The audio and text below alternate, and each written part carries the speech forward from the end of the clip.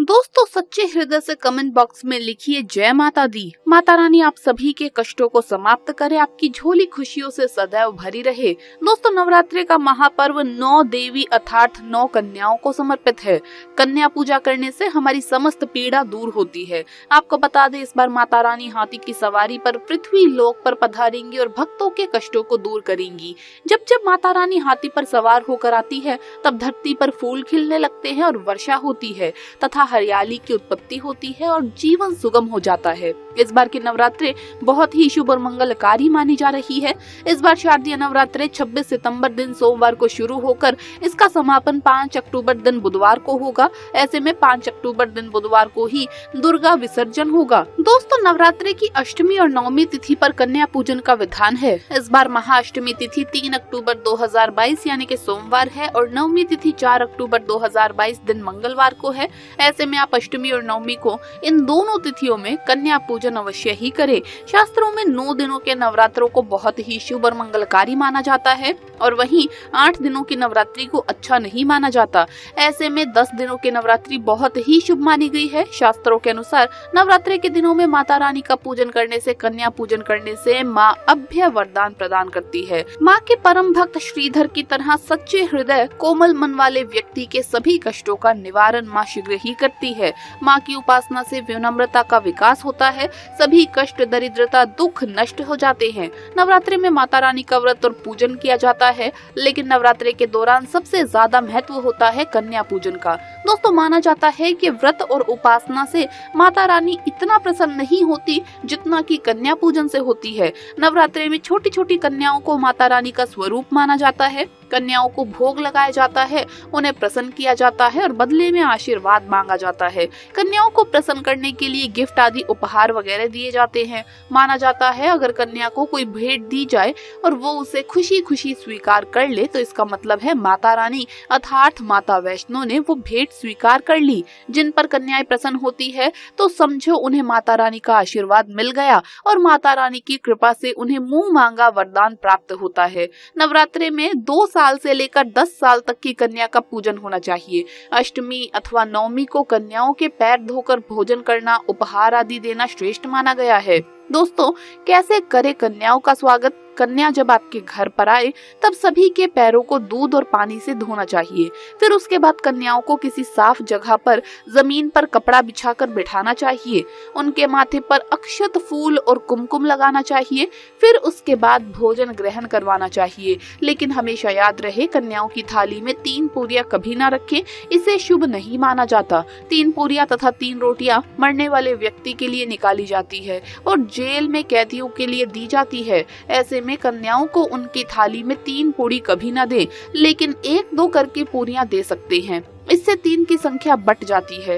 दोस्तों, कन्याओं को खाना खिलाने के बाद अंत में कन्याओं के सर पर लाल चुनरी ओढ़ाना चाहिए और भोजन में आपको खीर, पूड़ी, हलवा, चना तथा आलू की सब्जी, छोले वगैरह की सब्जी खिलानी चाहिए। पनीर आदि भी खिलाया जा सकता है, लेकिन भूल से भी लहसुन और प्याज का इस्तेमाल कभी न करें, अन्यथा अनर्थ हो जाएगा। अक्सर कई लोग कन्याओं को कुरकुरे का पैकेट, चिप्स वगैरह का पैकेट खिलाते हैं, जो कि घोर अनर्थ माना जाता है, क्योंकि इसमें लहसुन, प्याज का इस्तेमाल होता है, जिसके कारण आपका व्रत खंडित हो सकता है। माँ दुर्गा क्रोधित हो सकती है। जहां आपने 9 दिनों तक लहसुन प्याज का परहेज किया, लेकिन आपकी एक गलती पूरे व्रत को खंडित कर सकती है। कन्याओं को डिब्बा बंद कोई भी ऐसी चीज ना खिलाएं जिसमें लहसुन प्याज होता है। काफी चीजें ऐसी होती है मार्केट में जिसके अंदर लहसुन प्याज का इस्तेमाल होता है, ऐसा आप कभी ना करें। दोस्तों, कई लोग कन्या पूजन में खाना घर पर नहीं बनाते और मार्केट से रेडीमेड लेकर ही खिलाते हैं तथा दही जलेबी खिलाते हैं, जो कि शुभ नहीं माना जाता। भले ही आप दही जलेबी खिला सकते हैं, परंतु माता को घर पर बना हुआ खाना, शुद्ध भोजन ही अति प्रिय है। खासकर नवरात्रों के दौरान घर में पक्का खाना अवश्य बनाना चाहिए। खासकर नवरात्रों के दौरान घर में पक्का खाना अवश्य बनाना चाहिए। माता रानी बहुत प्रसन्न होती है। घर का बना पक्का खाना ही कन्याओं को खिलाना चाहिए। हमेशा याद रखें, कन्याओं को प्लास्टिक के दोने में खाना नहीं खिलाना चाहिए। ऐसे बर्तन पूजा पाठ के लिए शुद्ध नहीं होते, अशुभ माने जाते हैं। कन्याओं को हमेशा स्टील के बर्तन या पत्तों में बने बर्तन में ही भोजन कराना चाहिए, बहुत ही शुभ माना गया है।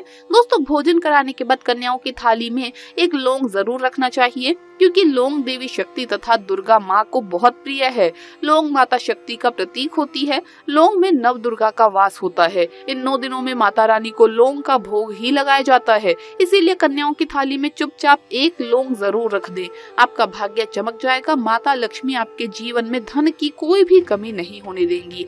आपको बता दें, कन्याओं को उपहार में क्या दें। कन्याओं को खुश करने के लिए उनकी थाली में दक्षिणा डालें, ताकि आपके घर में संपन्नता बनी रहे तथा धन की कोई भी कमी न रहे।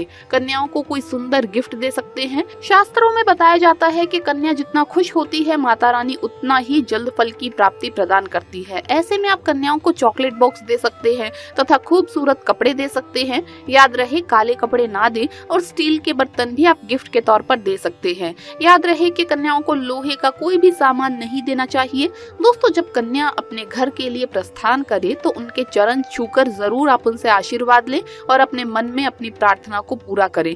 सच्चे दिल से मांगी हुई मुराद माता रानी अवश्य ही पूरा करती है।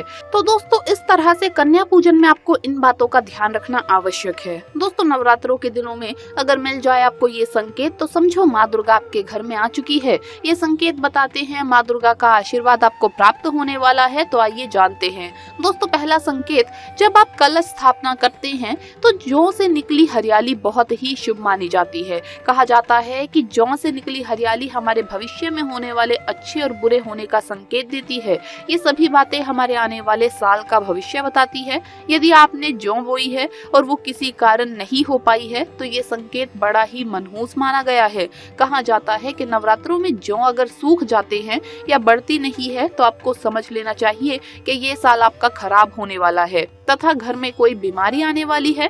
ये धन हानि का संकेत माना गया है, क्योंकि आपने कोई ना कोई गलती ऐसी कर दी होगी जिसके कारण माता रानी नाराज हो गई है। इसीलिए माता से आप क्षमा अवश्य मांग ले। माँ अपने भक्तों को अवश्य माफ करती है। और दोस्तों, यदि जौ हरे भरे हो जाते हैं तो ये शुभ संकेत होता है। इससे आने वाले समय में आपको बहुत ज्यादा ही धन लाभ होगा। माना जाता है कि 1 रुपए का सिक्का या चांदी का कोई भी सिक्का जौ के बीचों बीच में अगर मिट्टी में दबा दिया जाए तो घर में सुख समृद्धि आती है। माता लक्ष्मी दौड़ी दौड़ी चली आती है। जौ के अंदर हमेशा 1 रुपए का सिक्का अवश्य डालना चाहिए।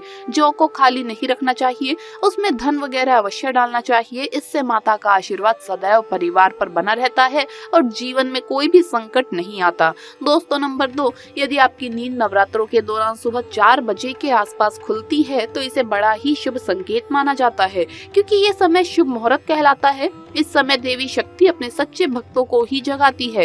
इस समय उठना मतलब माता की कृपा प्राप्त करने के बराबर माना गया है। ये संकेत बताते हैं कि माता की सच्ची भक्ति का प्रभाव आपके ऊपर हो चुका है और माता रानी आपको जल्द ही कोई खुश खबरी देने वाली है। माँ आपकी सच्ची भक्ति से बहुत खुश है। तो दोस्तों, आपको ये वीडियो कैसा लगा हमें कमेंट्स में जरूर बताएं। इस वीडियो को लाइक करें, अपने दोस्तों के साथ शेयर करें और हमें सब्सक्राइब करना न भूलें। जल्द मुलाकात होगी अगली वीडियो में। जय माता दी दोस्तों।